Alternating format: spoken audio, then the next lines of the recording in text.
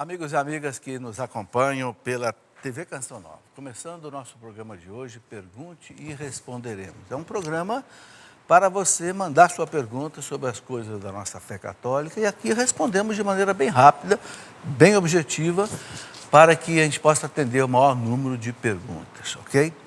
Vamos pedir a Nossa Senhora que nos ajude com a sua intercessão. Em nome do Pai, e do Filho e do Espírito Santo. Amém. Ave Maria, cheia de graça, o Senhor é convosco. Bendita sois vós entre as mulheres, e bendito é o fruto do vosso ventre, Jesus. Santa Maria, Mãe de Deus, rogai por nós, pecadores, agora e na hora de nossa morte. Amém. Glória ao Pai, ao Filho e ao Espírito Santo. São José, rogai por nós. Em nome do Pai, e do Filho e do Espírito Santo. Amém. Muito bem, sejam bem-vindos vocês que estão aqui conosco no nosso auditório Santa Clara. Temos aqui amigos de Mozarlândia, é isso mesmo? Goiás, não é? Sejam bem-vindos. Arujá, São Paulo. Teresina, Piauí. Leme, São Paulo, ok? Ibirité, Minas Gerais, está ali, Mogi das Cruzes, São Paulo e Guaratinguetá. Sejam bem-vindos aqui ao nosso programa no Estúdio Santa Clara. Eu quero começar o nosso programa mostrando esse livro, está aqui, ó, Mãe de Milagres, tá?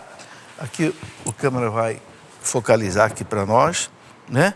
É de um missionário e consagrado da Canção Nova que fez um estudo muito bonito sobre as aparições de Nossa Senhora Aparecida, os grandes milagres que aconteceram, né, aqui em Aparecida e que até hoje continua acontecendo. Tá? Então, é uma publicação da editora Canção Nova, né, e que você pode adquirir pelo telefone da Canção Nova, 12 31 86 2600. Livro Mãe de Milagres, Nossa Senhora Aparecida. Ok? Muito bem. Já tenho aqui as perguntas que me chegaram, então vamos começar a respondê-las, né? E às vezes chegam perguntas que não estão ligadas diretamente à nossa fé católica. Aí eu dou uma opinião, né? Opinião, né? Fica com ela quem achar que vale, né? É diferente quando eu mostro, por exemplo, alguma coisa no catecismo da Igreja Católica. Aí nós não temos que discutir, nós temos que viver aquilo que está ali, né? Muito bem, então vamos lá. Tem aqui a primeira pergunta que é do o Anderson Silveira. Ele pergunta o seguinte: algumas pessoas dizem que por Jesus ter curado a sogra de Pedro, ele seria casado. Logo então não poderia ser papa. Veja, bom, evidentemente se Pedro tinha sogra, ele ou era casado ou foi casado. Pode ser que, né, fosse viúvo também. Agora não tem nenhum problema ser papa e ser casado. Até o século III, os papas eram casados, os bispos eram casados. Por quê? Porque o celibato não é uma exigência teológica, é uma exigência pastoral. Ou seja, a igreja teve, e ainda tem padres casados na igreja. Por exemplo, muitos padres anglicanos, né, que vieram para a Igreja Católica no tempo do Papa Bento XVI, vieram casados, porque a Igreja Anglicana autoriza os padres a serem casados. Vieram para a Igreja Católica, o Papa Bento XVI criou um ordinariato especial para acolher esses padres, e muitos deles o Papa deixou continuando casado. Entende? Por quê? Porque não é um dogma da fé, é uma exigência pastoral, ou seja, a partir do século III, a igreja começou a compreender, no concílio que houve na Espanha, na cidade de Elvira, lá por volta do ano 300, a igreja começou a entender que o Cristo é celibatário. Para quê? Para que ele pudesse ficar a serviço do povo de Deus 100%, sem precisar gastar tempo com a família, com os filhos, com a esposa. Então, isso foi amadurecendo na cabeça da igreja. Até que no ano de 1123, no Concílio do Latrão I, que foi em Roma, então aí a igreja oficializou a obrigatoriedade do celibato para toda a igreja do Ocidente. Embora na Igreja Católica do Oriente exista padre casado. A igreja deixou que no Oriente continue né, a igreja podendo ordenar homens casados. Se o padre for ordenado solteiro, ele não pode casar mais. Mas na igreja católica do Oriente, melquitas, maronitas, alguns coptos, a igreja autoriza. Por quê? Porque no Oriente há um costume muito sério de que a maturidade do homem está ligada ao casamento, o que não acontece no Ocidente. Então a igreja, respeitando esse costume, a igreja autorizou isso. Agora, um bispo no Oriente não pode ser casado, padre pode, ok? Então não tem nada a ver o problema de Pedro ter sido casado, né? Há outros apóstolos, por exemplo, alguns teólogos acham que o casamento que houve nas bodas de Caná pode ter sido um casamento de Bartolomeu, né? Natanael, que era apóstolo, porque Natanael era de Caná da Galileia. E se Jesus e Maria todos os apóstolos foram naquele casamento, era alguém muito próximo deles. Não há uma certeza, mas é uma referência. Maria Lúcia Alves, de Barbalha, no Ceará, pergunta o seguinte: ela diz que é sócio pela Canção Nova pelo boleto bancário. O maligno pode, através do olhar, escravizar uma pessoa? Maria, o demônio, ele pode agir nas pessoas. Agora, não é o olhar, porque o demônio não tem olhar. O demônio, ele é espírito, ok? O espírito não tem rosto, não tem olhos. Então não é o olhar, é uma ação espiritual. Pode haver possessão, pode haver opressão, pode haver tentação, isso tudo pode haver por parte do demônio, entendeu? Não é questão de um olhar.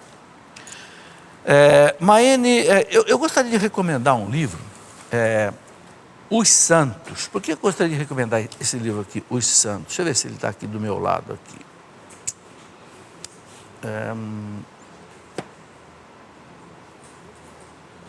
Bom, acho que não está aqui, mas não tem problema. O livro Os Anjos. Porque nesse livro Os Anjos que eu escrevi, eu coloco um capítulo sobre os anjos maus, os demônios. E coloco 7 catequeses do Papa João Paulo II sobre os anjos. Está aí o livro dos anjos, Gabriela? O livro dos anjos? Está aqui em cima? Como é que eu não estou? Ah, está aqui, desculpa. Esse livro. Eu coloquei nesse livro 7 catequeses, está aqui, 7 catequeses do Papa João Paulo II sobre os anjos. E tem 3 catequeses aqui que o Papa fala sobre os anjos maus. Então, quem quiser saber o que a igreja sabe sobre os anjos bons, os anjos maus, esse livro aqui eu coloco o que a igreja ensina, ok? Por isso eu quero mostrar esse livro aqui. Muito bem. Maene Santos pergunta o seguinte: qual o posicionamento da igreja em relação a padres que frequentam culto protestante? Maene, precisa saber por que o padre vai nesse culto. A igreja tem um trabalho de ecumenismo. Ecumenismo, às vezes, alguns teólogos da igreja, alguns padres, eles frequentam o diálogo com os protestantes, a conversa, até culto. Aí tem que ver qual é a intenção que esse padre frequenta o culto. Entendeu? Então aqui a gente não pode emitir nenhum julgamento, porque depende da intenção, ok? Evidentemente, para nós católicos, nós temos que frequentar a igreja católica. O católico não deve frequentar culto protestante. O protestante não frequenta o culto católico, ok? Cada um na sua crença. Por que o católico não deve frequentar o culto protestante? Porque ele vai escutar ali uma série de ensinamentos que não bate com a igreja católica. E aí, se ele não tem uma formação católica boa, de repente ele começa a ser influenciado. Ok? Então, cada um na sua crença, cada um na sua fé. Vanderly Gomes Barbosa, de Teresina, no Piauí, ele diz que é sócio inativo. Sócio inativo é aquele que deixou de contribuir com a Canção Nova por algum problema. Mas a gente pede que você retome, sobretudo agora que, olha, eu acho que a Canção Nova está passando a pior crise financeira da sua história. Eu conheço a Canção Nova desde que ela nasceu, porque ela nasceu na minha cidade, na cidade de Lorena, numa casa o Padre Jonas com 10 pessoas, na rua da casa dos meus pais, Rua Dom Bosco, em Lorena. Isso é o quê? Aí, quase 40 anos. Eu nunca vi uma crise tão difícil financeira aqui da Cancional. E desde que a Cancional foi fundada, eu participo do conselho da Fundação João Paulo II. Estamos numa crise realmente que é de abalar os alicerces. Então a gente pede que as pessoas que são sócios inativos retomem a sua contribuição, por menor que ela seja. Né? O provérbio diz que é de grão em grão que a galinha enche o papo, não é isso? A Canção Nova também. É de pouquinho em pouquinho de cada um que a Canção Nova fecha as suas contas. O Vanderly pergunta o seguinte: um cristão após o suicídio perde a salvação? Não, Vanderly, não é. Ok? Você pode verificar essa questão do suicídio. O Catecismo da Igreja Católica, quando fala do suicídio, eu quero mostrar porque isso aqui é muito importante. Né? A Igreja não fala que o suicida está condenado, não. É claro que aqui o parágrafo 2283, o Catecismo fala evidentemente que o suicídio é um pecado grave.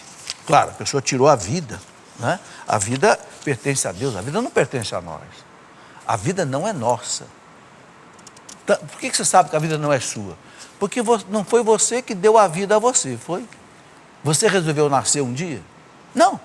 Ninguém deu a vida a si mesmo. É Deus. Então ninguém pode tirar a vida a si mesmo. Esse é o ensinamento doutrinário do por que não pode suicidar, por que não pode fazer eutanásia, por que não pode assassinar uma pessoa, porque Deus é que é o autor da vida e da morte. Agora, o Catecismo coloca o seguinte, que há situações em que a pessoa vai ao suicídio por desespero, por uma depressão profunda, um estado psicológico altamente abalado. Então o Catecismo fala, né? Eu quero ler aqui, ó. Não se deve desesperar da salvação das pessoas. 2283. Pessoas que se mataram. Não se deve se desesperar da salvação dessas pessoas. Deus pode, por caminhos que só Ele conhece, dar-lhes ocasião de um arrependimento salutar na hora da morte. A igreja ora pelas pessoas que atentaram contra a própria vida. Então a igreja reza. Gente, e o que tem crescido de suicídio no mundo? Olha, hoje mesmo eu recebi uma correspondência de uma pessoa que me escreve, ela mora no Canadá. Ela disse que no Canadá há um índice de suicídio de 25%. É muito alto. Quer dizer, de cada 4 pessoas, uma se suicida. Isso é falta de o sentido para a vida, isso é falta de Deus. Entende? Falta de ter um ideal na vida. Todos nós temos que ter um ideal. Ideal o que é? É nós sermos santos, viver de acordo com a vontade de Deus, levar as pessoas para Deus, evangelizar, salvar o mundo. Nós temos que ter um ideal permanente, que dá motivo para você viver. Se você não tem um ideal, se você não tem um motivo para viver, você de repente pensa em se matar. Não. Como diz o Padre Jonas, o guerreiro, mesmo baleado, ele tem que continuar lutando. Né? Nós temos o mundo a salvar. Nós somos batizados. O batizado, ele é missionário e discípulo e missionário de Cristo. Então temos que ter essa chama da fé sempre acesa na nossa vida, para a gente nunca desanimar da vida diante dos problemas, ok? Então o Catecismo diz aqui, né, que às vezes, olha, distúrbios psíquicos graves, a angústia ou o medo grave da provação, do sofrimento, podem diminuir a responsabilidade do suicida. Então, claro, Deus é justo, né? Deus julga cada um dentro da sua justiça perfeita. Então, a gente não deve desanimar porque alguém aí da família, algum parente ou amigo, não, vamos rezar por ele, vamos mandar celebrar a missa pela sua alma, vamos pedir a Deus a sua salvação. É aí o que a igreja nos ensina. Eu tenho um livro que explica isso muito bem, O Cristão Diante da Morte. Esse livro, O Cristão Diante da Morte, eu coloco todas essas coisas que a igreja ensina com relação à morte, o julgamento, o juízo particular, o juízo final, o céu, o inferno, o purgatório, segunda vinda de Cristo, a escatologia. Escatologia é uma palavra grega de escatom, que quer dizer os últimos acontecimentos. O que a igreja nos ensina. Você pode ter certeza que eu não escrevo nada que não esteja de acordo com aquilo que a igreja ensina. Eu sou professor. O que o professor faz? Ele pega alguma coisa e ensina para os outros. Ele não inventa nada. Quando eu fui professor de física na universidade, eu não ensinava nada meu. Eu ensinava o que eu aprendi com Einstein, com Newton, com Leibniz, com Galileu Galilei e Companhia Limitada. Eu aprendia com eles, né? E ensinava para os alunos. É o que eu faço hoje na igreja. Eu aprendo com a igreja, o catecismo está aqui, o Código de Direito Canônico está aqui, a Bíblia está aqui, né? As encíclicas dos papas, eu pego o que eu aprendo com a igreja e passo para os outros, em forma de livro. Entenderam? Não tem axiologia, não acho nada. Quem acha, quem sabe é a igreja. É assim que a gente que tem responsabilidade na igreja tem que atuar. Eu não posso ensinar para os outros o que eu quero. Eu ensino em nome da igreja. Então eu tenho que ensinar o que a igreja ensina, o que a igreja manda. Certo? Muito bem. Aqui a pergunta é de uma pessoa que pede para não ser identificada. Meu pároco permitiu a entrada de uma procissão umbandista na igreja matriz e ir até o altar com a imagem de São Jorge. As pessoas estavam devidamente caracterizadas, etc, etc. O que temos de fazer? Bom, eu tenho que dizer que isso aqui não é permitido pela igreja. Sabe, eu tenho um documento aqui, né? Não é nesse livro aqui não, eu tenho um documento aqui, está aqui nesse livro, em que o Papa João Paulo II fala sobre essa questão do ecumenismo. Ele fala a questão, por exemplo, da missa afro, né? Quando o Papa fala da questão da missa afro, está aqui nesse livro, O Sagrado Magistério, que é um livro da Escola da Fé, volume 3, na página 148 desse livro, o Papa João Paulo II fala aqui do culto afro. Ele fala, não pode ser misturado com a liturgia da Igreja Católica. Está aqui, é só ler o documento dele, eu não vou ler tudo aqui porque é grande, mas eu vou ler um pedacinho só. Um discurso do Papa aos bispos do Brasil, Nordeste 3, no dia 29 de setembro de 1995, no Vaticano, na visita ad limina apostolorum que os bispos fazem ao Papa a cada 5 anos.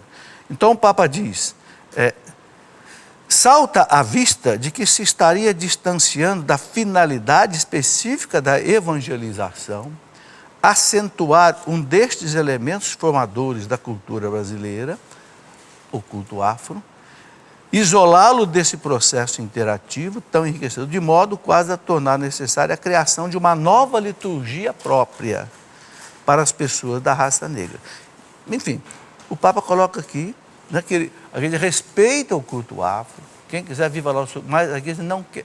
O Papa diz, não pode misturar com o culto da igreja, não pode fazer esse sincretismo, essa mistura, ok? Então, isso foi publicado, inclusive, no jornal L'Osservatore Romano, no dia 7 de outubro de 95. Está aqui o documento do Papa colocando a questão bem clara. Tá? Realmente é de se lamentar, né? Essa tal de missa afro, coisas desse tipo. A gente tem que respeitar quem quer viver, cada um vive a sua crença. Mas é a mesma coisa daquela pergunta do protestantismo. Protestante vai para o culto protestante. Umbandista vai para o culto umbandista. Católico vai para o culto católico. Não vamos misturar as coisas. Ok? Não dá para ser corintiano e palmeirense ao mesmo tempo, né? Não fecha, né? Muito bem. Maria Cristina, de Ribeirão Preto, pergunta o seguinte. Diz que é sócio pelo débito automático, é a melhor maneira de você ajudar a Canção Nova, né? Qual o significado da oração do Ângelus? Pode fazer algum pedido nessa oração? Ô Maria Cristina, o significado da oração do anjo é aquela oração belíssima. O anjo que anunciou a Maria, né? Depois ela diz, eis aqui a serva do Senhor. E o verbo se fez carne e habitou entre nós. E rezamos 3 Ave Marias, né? Então é um louvor a Nossa Senhora. É um louvor à mãe de Jesus. Claro que Jesus fica muito alegre. Você não ficaria alegre alguém louvar a sua mãe? Claro que você ficaria alegre. Imagina Jesus, a mãe que o salvou da morte, né? Levou lá para o Egito para fugir de Herodes. Então, claro que você pode pedir uma graça aí a Nossa Senhora pela oração do anjo. Aqui eu recomendo, por exemplo, ao meio-dia, rezar a oração do anjo, né? Como dizia o Padre Vitor de Aparecida, os ponteiros do relógio apontam para o infinito. Meio-dia os 2 ponteiros estão, né? Então ele fala, é hora de orar para o céu, rezar o ângelus. O anjo do Senhor anunciou a Maria, né? Depois às 6 da tarde. 6 da tarde um ponteiro aponta para a terra, outro ponteiro aponta para o céu, né? Ou seja, eu estou com o pé na terra. Então às 6 da manhã, meio-dia e 6 da tarde, a gente recomenda rezar o ângelus, ok? E aí você pede a Deus a graça que você quiser pedir. Não tenha dúvida. Zenilde, via Facebook, o que o senhor pode orientar os pais sobre a história da baleia azul? Olha, graças a Deus parece que esse negócio está passando, né? Mas, uma pergunta está aqui, o que tem que orientar é o seguinte, gente, hoje os pais precisam monitorar os filhos na internet, né? Essa sequência baleia azul, né, é um tipo de um jogo, de um desafio para o jovem, para o adolescente, que o leva até ao suicídio. Agora, é devagar. Começa dando desafio para o jovem. Primeiro você faz isso, briga lá com um amigo. Segundo, briga lá com não sei quem. Terceiro, passa até que chega ao ponto de se cortar, não sei o quê, até se matar. Então os pais têm que estar atentos. Atenção, o que seu filho está vendo aí no celular? O que seu filho está vendo no iPad? O que seu filho está vendo no computador? Tem que monitorar, entendeu? É isso que tem que fazer, não tem outra saída, né? E principalmente os adolescentes que caem nesse jogo da baleia azul são os adolescentes mais problemas, os que têm mais conflitos com ele mesmo, com a família. Então aí que exigem um cuidado mais especial. O pai que nota que aquele filho que exatamente dá mais trabalho, acompanha esse filho de perto, entendeu? Conversa com ele, seja amigo dele, entra na vida dele. Valquíria Gouveia, de Surubim, em Pernambuco. Gostaria de saber por que na Bíblia fala para guardar o sábado e não o domingo. Ô Valquíria, a Bíblia não manda guardar o sábado. O Antigo Testamento manda guardar o sábado. O Novo Testamento manda guardar o domingo. Agora, qual que vale mais? O Antigo Testamento que preparou o Novo, que é Jesus, ou é o Novo que é Jesus? Jesus ressuscitou no domingo. Então, o domingo passou o primeiro dia da nova criação, a criação resgatada do pecado, pela morte e ressurreição de Cristo. Por isso que é o primeiro dia da semana. O segundo dia da semana já é a segunda-feira. A primeira-feira é o domingo. Por que fala segunda-feira, terça-feira? Porque o povo fazia a feira todo dia, né?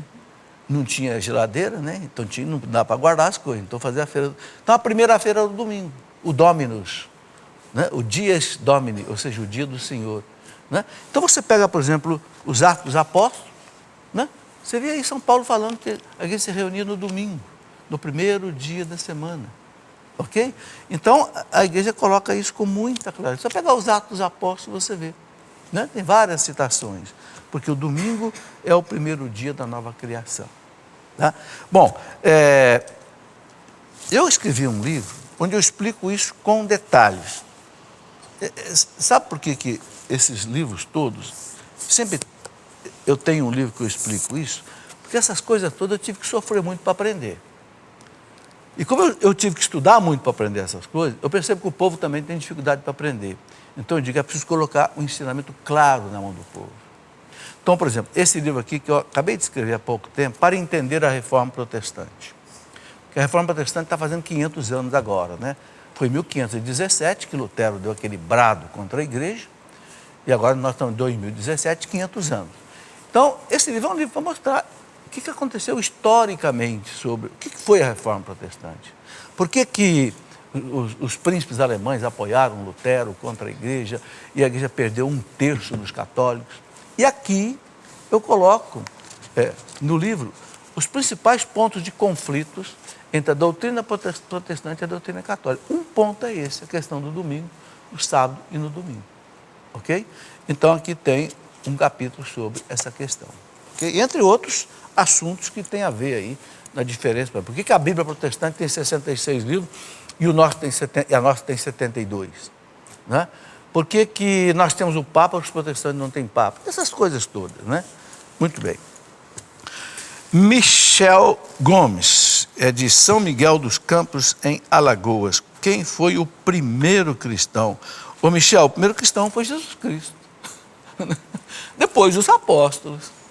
É difícil saber quem foi o primeiro, né? Cristo começou a chamar os apóstolos, né? Então, de repente, a própria Nossa Senhora pode ter sido a primeira. Não sei, é difícil dizer, né? Elisângela Soares, via Facebook. Por que a Igreja Católica faz batizado de bebês, sendo que eles não têm pecado algum? Bom, Elisângela, a Igreja batiza criança porque o pecado original não é um pecado de culpa, é um pecado de herança, ok? Não é porque a pessoa cometeu um pecado, não. Todos nós nascemos com o pecado original. Por quê? Porque a natureza humana foi ferida pelo pecado dos nossos primeiros pais. Então, todos nós nascemos com essa chaga. E o batismo exatamente tira isso. Para entender de maneira rápida, que nós já estamos na hora do intervalo. Quando nossos pais foram expulsos do paraíso, nós deixamos de ser filhos de Deus. Sim, fomos expulsos do céu, do paraíso. Cristo foi lá nos buscar. Para isso, ele assumiu a natureza humana, uniu-se a cada homem e cada mulher, morreu na cruz para pagar os nossos pecados diante da majestade infinita de Deus e nos trouxe de volta para Deus. Então aí ele corta o pecado original. Então o batismo corta o pecado original. Você morre nos braços do demônio e ressuscita nos braços de Deus. Ok? Para que esperar a pessoa fazer 20 anos para batizar? Vai deixar a pessoa 20 anos aí longe de Deus? Não, batiza logo. Né? A igreja, ela dava indulgência plenária aos pais que batizassem o filho no dia do nascimento. Antigamente se batizava a criança na maternidade. Porque a igreja dava até indulgência plenária para isso. Tal a sinceridade que é a coisa, ok? E a igreja batiza a criança porque desde o primeiro século a igreja aprendeu com os apóstolos. Eu posso citar um livro aqui, né? Esse livro, A Sagrada Tradição. Eu tenho um capítulo aqui sobre o batismo, onde nós encontramos aqui uma citação de Santo Irineu, que é do segundo século, e uma citação da Didaquê, que é o primeiro catecismo do primeiro século, dizendo que a igreja batizava a criança no primeiro século. Está aqui, não tem nada inventado. Então, por exemplo, Santo Irineu escreve assim, Santo Irineu morreu no ano 200, ele escreve assim: Jesus veio salvar a todos que, através dele, nasceram de novo pelo batismo de Deus. Os recém-nascidos, os meninos, os jovens e os velhos. Os recém-nascidos. Isso aqui foi escrito no ano 180. A Didaquê, que é do ano 100, fala a mesma coisa. Com quem a igreja aprendeu, então, a batizar a criança? Com os apóstolos. E com quem os apóstolos aprenderam? Com o nosso Senhor Jesus Cristo. Sabe, a igreja católica tem as coisas muito bem definidas. A igreja não inventa nada. Ok? Muito bem, vamos para o nosso intervalo. A gente volta já para a segunda parte do programa. Muito bem, já estamos de volta com o nosso programa Pergunte e Responderemos. Vocês viram aí que eu acho que não deu 3 minutos de intervalo. Por quê? Porque a Canção Nova não tem propaganda, não tem comerciais. Então, quem que mantém essa TV no ar aí 24 horas por dia? É a contribuição de cada um. Se não houver a contribuição, a televisão fica. E quanto é que a TV gasta? Não é a TV, toda a Canção Nova, rádio, TV, internet, casas de emissão, quanto a internet gasta por mês? Cerca de 25 milhões de reais. Ok? Isso perto de uma televisão comum é pequenininho. Qualquer outra TV que você pegar aí fora, gasta na base de 200, 100 milhões de reais por mês. A Canção Nova gasta 25. E tem a mesma abrangência. A Canção Nova pega no Brasil inteiro. Né? Agora, a dificuldade é exatamente a contribuição que está acontecendo. As revistas da Canção Nova que chegam para os sócios, elas estão atrasando, um pouco por parte do Correio, algumas questões de greve, e segundo, porque a Canção Nova atrasou o pagamento do Correio. Tá?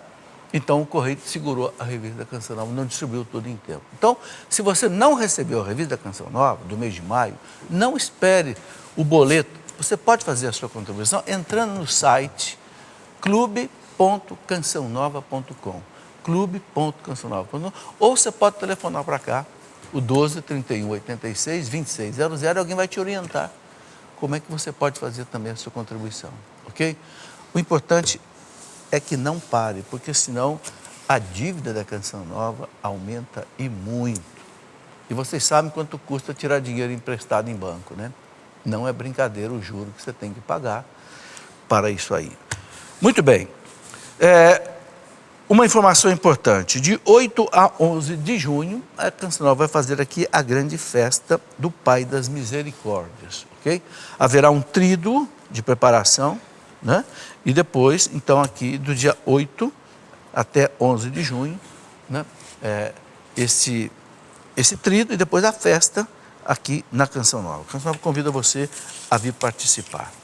Muito bem, quero mostrar que rapidamente, estamos no mês de maio, é um mês excelente para fazermos a consagração a Nossa Senhora pelo método de São Luís de Montfort, que o Papa João Paulo II fez. O Papa João Paulo II diz que esse livro aqui, o Tratado da Verdadeira Devoção à Virgem Santíssima, mudou a visão que ele tinha de devoção à Nossa Senhora. Tanto assim que o Papa colocou no brasão dele, não é? Totus tuus Maria, todo teu Maria. E foi através do Papa João Paulo II que Nossa Senhora derrubou o muro de Berlim, derrubou o comunismo, né? Lá do leste europeu. Isso, a igreja não tem dúvida disso daí. Muito bem, eu quero mostrar aqui 3 lançamentos também desse mês. O sentido cristão do trabalho, muito importante a gente entender o sentido cristão do trabalho. Nós não podemos dividir a nossa vida em 2 partes. Uma parte sagrada, quando eu estou rezando na igreja tal, e uma parte profana, quando eu estou trabalhando. Não, o trabalho é sagrado. Deus disse para Adão, né? Você vai tirar o pão de cada dia do suor do teu rosto. Né? Papa Paulo VI dizia que o trabalho ele é redentor, ou seja, o trabalho salva. Né?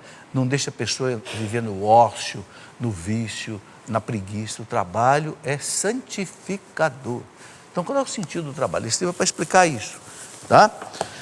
Um livro muito interessante que foi escrito pelo Felipe Santos, que é filho do Dunga. O Felipe ele é historiador, formado em História e desenha muito bem. Ele escreveu um livro para explicar a missa para as crianças. Inclusive, ele pediu a minha ajuda. Né? Ele escreveu esses textos todos explicando cada parte da Bíblia e pediu que eu ajudasse a fazer uma revisão assim, doutrinária sobre o assunto. Trabalhamos um pouco junto. E esse desenho todo, ele que fez, mostrando que para a criança, por que, por exemplo, vou dar só um exemplo, por que, por exemplo, que o padre usa, por exemplo, as vestes de cor diferente, né? A estola um dia verde, um dia branca, um dia roxa, um dia vermelha, né? Também a túnica branca, mas depois também pode ter, né? A dalmata com cor diferente. Enfim, explicando toda a Bíblia, toda a missa para a criança. É muito importante a criança entender o que é a missa. Porque a criança, se ela não entender o que é a missa, também o jovem, o adolescente, se ele não entender, esse livro aqui serve até para adulto. Porque aqui está numa linguagem para criança, mas está o conteúdo exato da missa. Tem muito adulto que não sabe que a missa é o sacrifício do Cristo que se torna presente no altar. Né?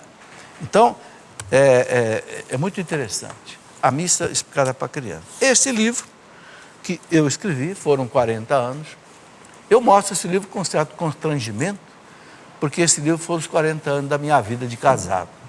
Aqui vocês estão vendo o meu casamento com o Padre Jonas, celebrando o meu casamento há 45 anos atrás.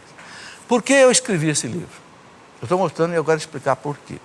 Porque quando minha esposa morreu, há uns quase 5 anos, um padre muito amigo meu, padre Demétrio Gomes, que é de Niterói, veio me visitar, né? trazer os seus sentimentos.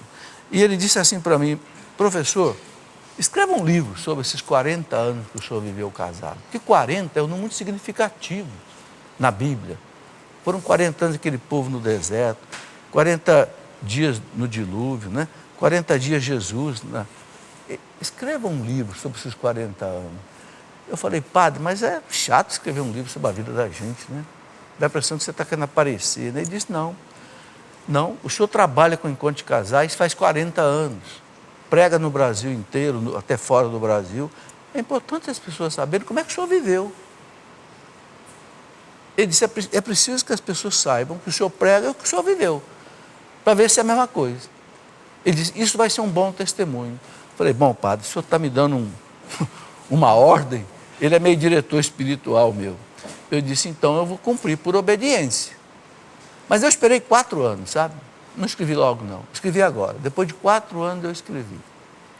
Primeiro pedi autorização para meus filhos, claro, 5 filhos. Eu não quero colocar a nossa intimidade assim, né? Os filhos concordaram, leram, concordaram, então eu publiquei. Foram 40 anos. A nossa vida, eu penso que para os casais pode ajudar, porque todo casal tem as suas dificuldades. Eu tive as minhas também. Minha esposa era completamente diferente de mim. Eu era um homem que sempre gostei de estudar, de pregar, e ela não, ela gostava mais de coisas práticas, né? Mas sempre me ajudava muito, né? Então isso serve talvez de referência também para os casais, nas suas diferenças, né, que podem existir. Muito bem, vamos aqui às perguntas que já estão aqui no nosso plasma. Essas perguntas chegaram por e-mail, as outras chegaram por telefone, Facebook, etc. Então, aqui. Solta aí. Muito bem. Hilda de Solidão, no Pernambuco. Por que a igreja incentiva a rezar pelos mortos, já que na Bíblia não se fala dessas orações? Fala sim. Como não fala? Pega o livro dos Macabeus, né? Macabeus, segundo livro dos Macabeus, capítulo 12, né? Houve aquele conflito entre Judas, Macabeus e aqueles gregos que queriam implantar o paganismo na Palestina, né? Houve um conflito, morreram vários judeus. Judas, Macabeus mandou fazer uma coleta, mandou a coleta para Jerusalém, para que em Jerusalém fizesse um culto pelas almas daqueles que tinham morrido. Está aqui. Claro que tem na Bíblia, né? Não tem dúvida não. É falta de pesquisar melhor a Bíblia. Pode passar. E tem outras passagens, né, que eu não vou colocar aqui por questão de tempo. No momento da consagração, o padre utilizou um pão francês no lugar da hóstia. Esse procedimento é correto? Totalmente absurdo, totalmente incorreto. Meus irmãos, existe um documento, quero até mostrar aqui um livro. Existe um documento do Papa João Paulo II, chamado Redemptionis Sacramentum, ou seja, o sacramento da redenção, onde o Papa coloca como é que a missa tem que ser celebrada. Ele fala, a expressão que ele usa é abuso, celebrar a Eucaristia com um pão que não seja ázimo. Quer dizer, o pão ázimo é o pão sem fermento.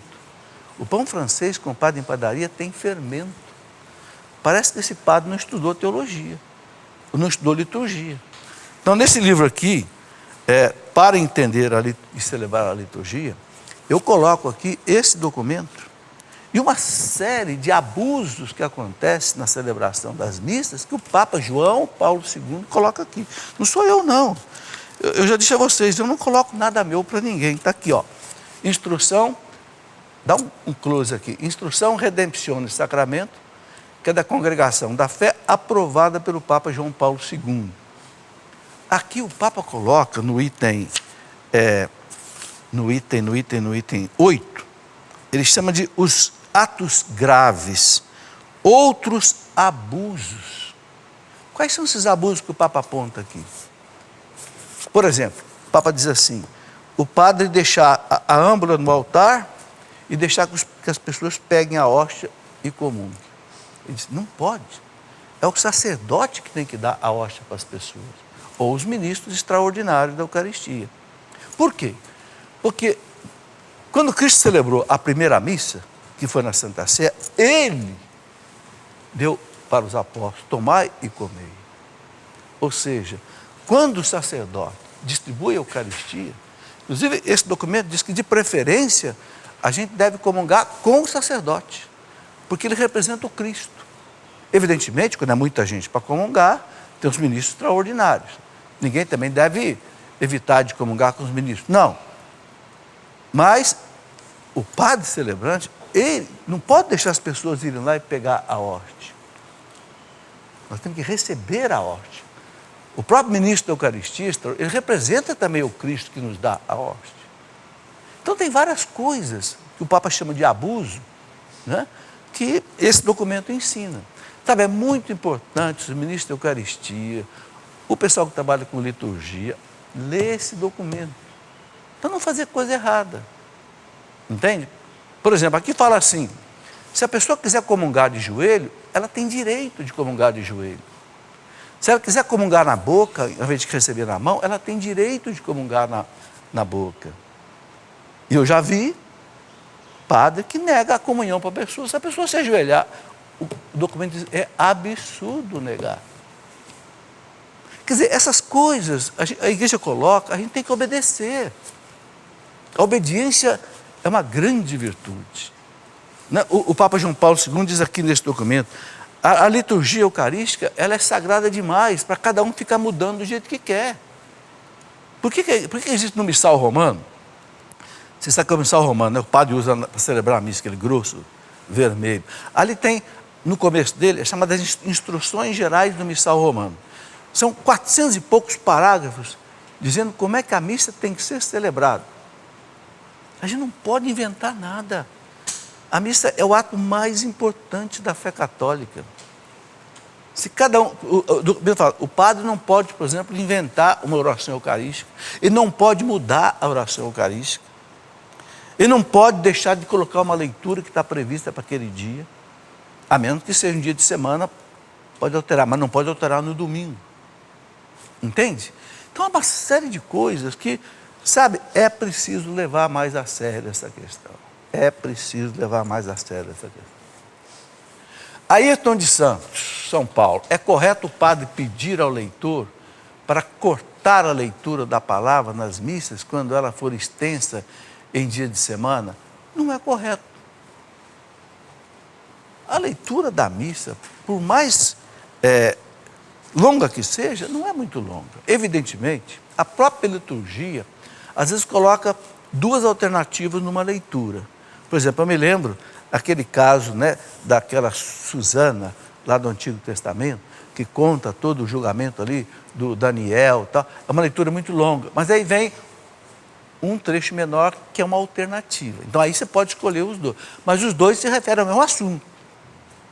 Agora, pegar uma leitura comum, que só tem uma alternativa, e cortar, não está certo. Por quê? Porque você quebra o entendimento da leitura. Ok?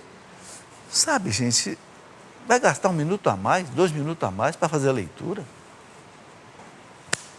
Não é isso aí que vai atrasar a vida da gente, né? Ricardo, é possível falar de Maria no diálogo ecumênico? Olha, é difícil falar de Maria no diálogo ecumênico, mas chega um ponto que tem que falar, né? Porque o Papa João Paulo II, quando escreveu aquela encíclica sobre ecumenismo, chama-se em latim Ut Unum Sint, que todos sejam um, João Paulo II disse assim: nós não podemos abrir mão de nenhum dogma da fé. Ora, tem um dogma da fé que fala de Maria.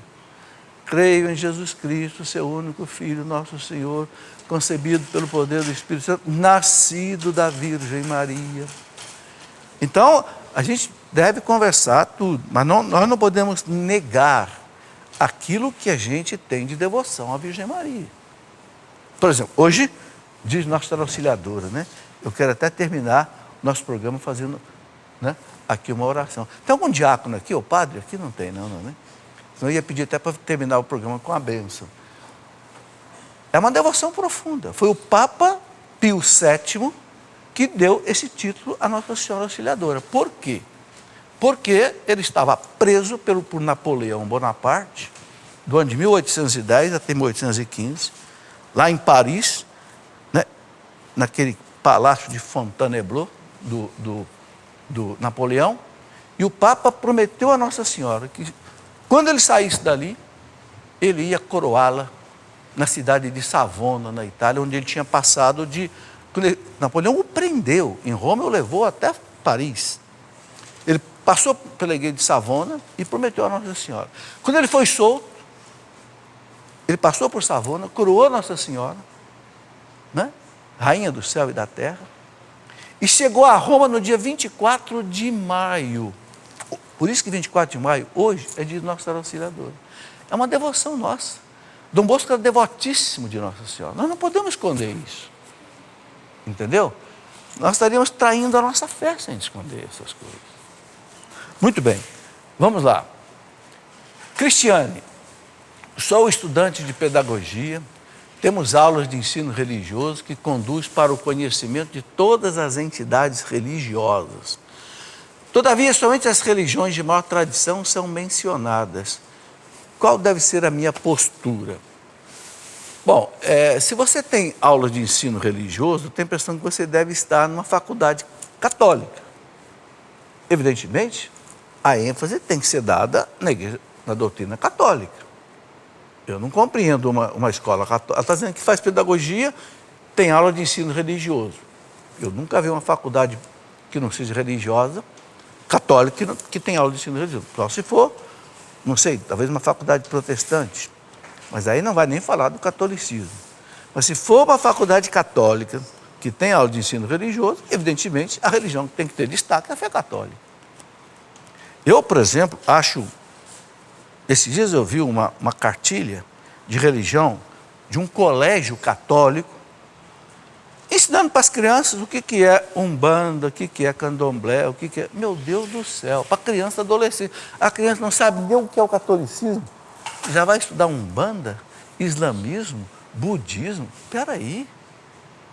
Eu estudei 4 anos em colégio salesiano, o antigo ginásio, né? Corresponde hoje aí, acho que mais ou menos a 5ª até a 9ª série. Meu Deus, nós tínhamos 4 livros de doutrina católica, ela chamava Luz do Céu, volume 1, 2, 3 e 4. Mas nunca estudei budismo, islamismo, nada disso. Para uma criança não tem nem maturidade católica, você já vai colocar na cabeça da criança uma opção de coisa que a criança não sabe nem ter discernimento. Cuidado, eu acho isso muito perigoso. Vamos ensinar primeiro a fé católica bem ensinada. Deixa que depois ela cresce, ela vai estudar essas outras coisas, tendo já a base católica para poder fazer discernimento. Certo? Eu passei por tudo isso, sabe? Por isso que eu falo essas coisas aqui.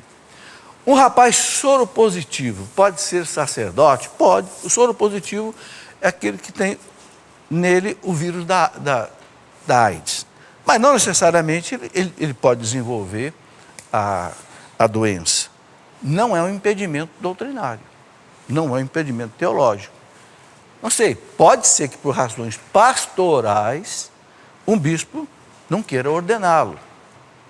Até por questão da própria doença, o tratamento, etc. Mas não há um impedimento canônico que impeça de ser sacerdote. Ok? Claro que tem que estudar a questão aí com detalhes, né?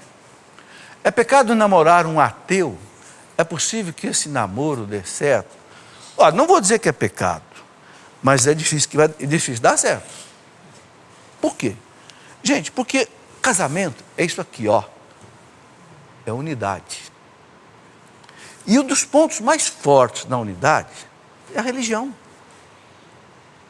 Se os dois são ateus, 0 mais 0 igual a 0. Tá certo? Agora, se um é religioso e o outro não é difícil. Por quê? Você vai querer rezar, o outro não vai querer rezar. Você vai querer a missa, o outro não vai querer a missa. Você vai querer no grupo de oração, o outro não vai querer. Quer dizer, tudo isso vai ser motivo para... Entendeu? Eu acho que pecado não é, mas eu acho que é difícil dar certo, é difícil dar certo. Durante o terço, posso colocar a imagem de Nossa Senhora ou de São José sobre o altar? O que pode e o que não pode colocar sobre o altar? Roberto Tropiano. Ô Roberto, eu acho que se o altar não está sendo usado para nada, né? É um grupo de oração, as pessoas vão rezar, colocar ali a imagem, então não vejo problema. Não é profanação nenhuma, né? Não vejo problema nenhum. Agora, evidentemente, peço autorização para o pároco. Se o pároco achar que não deve, aí isso não faz. Mas, em princípio, não vejo nenhuma dificuldade, não. Vitor Fabian, quais livros o senhor indica para ler com a namorada para se viver um relacionamento santo, maduro e preparado para as dificuldades? Bom, primeiro que eu recomendaria, um livro que eu escrevi chamado Namoro. Será que está por aqui? Namoro. Esse livro eu escrevi porque os jovens pediram para eu escrever. Um dia eu preguei um retiro lá em Recife, no Colégio Damas, em Recife, já faz uns 20 anos, e para os jovens da Renovação Carismática Católica. A liderança jovem do estado de Pernambuco tinha lá uns 1000 jovens. E eles pediram, professor, escreva um livro sobre namoro. Eu disse, está aqui? Está aqui?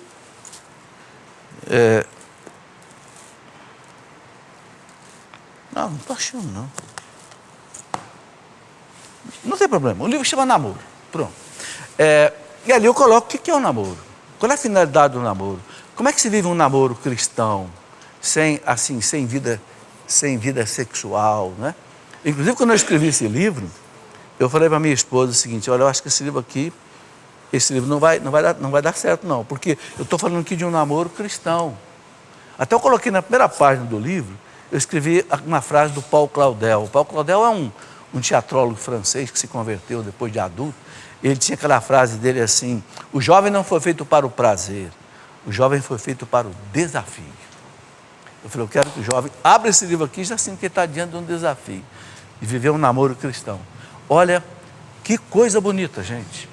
De todos os livros que eu já escrevi, uns 80 livros, é o livro mais vendido de todos.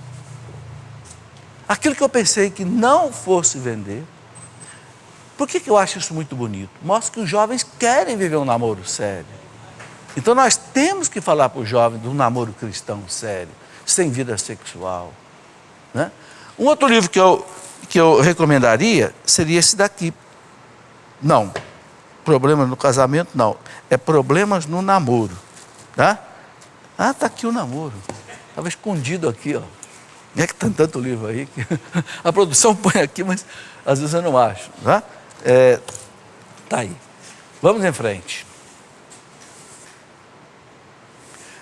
Tenho tendência homoafetiva.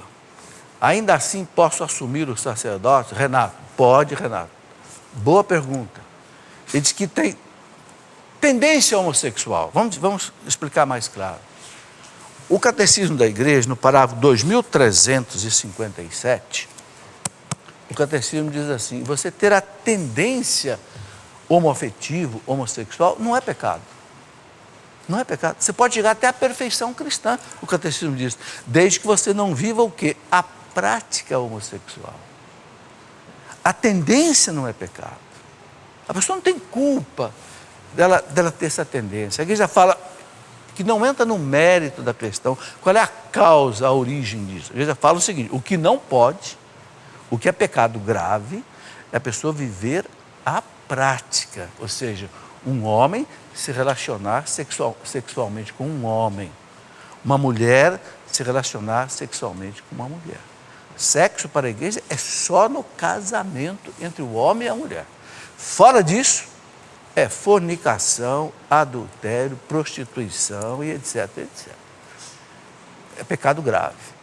Então o Catecismo fala assim, que a pessoa pode ser sacerdote, sim.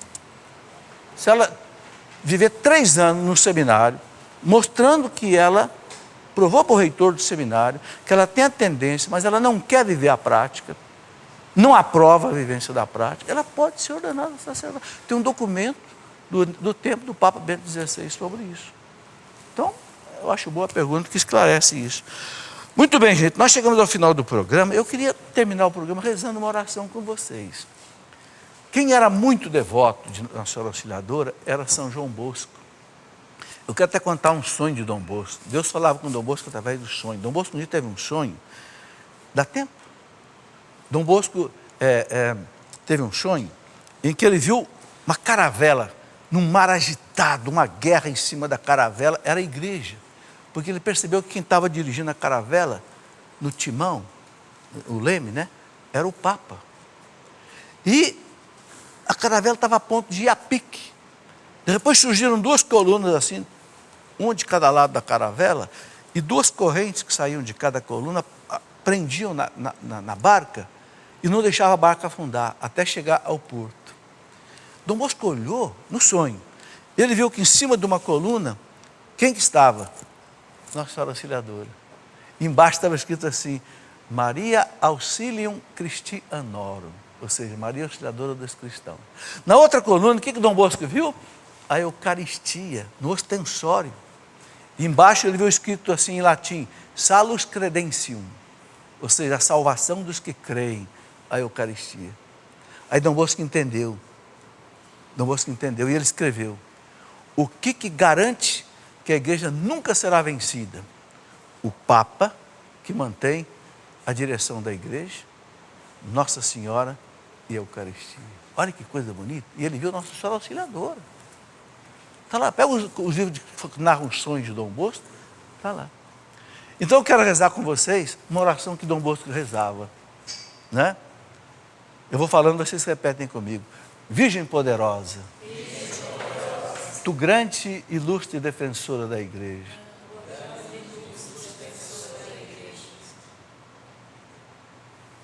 esqueci o resto, mas eu vou improvisar. O que Dom Bosco pede a Nossa Senhora é o seguinte, nas nossas dificuldades, aflições, tentações, livra-nos do mal.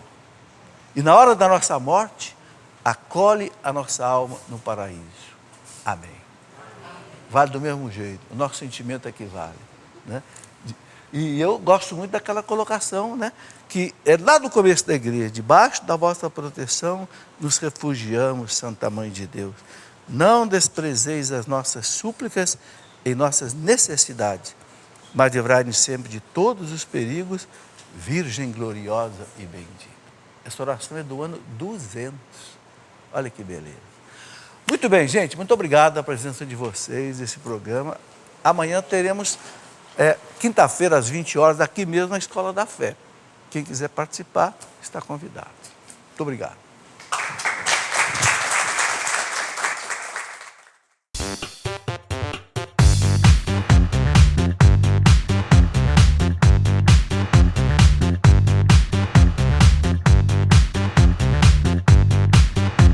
cançãonovaplay.com. Assine já!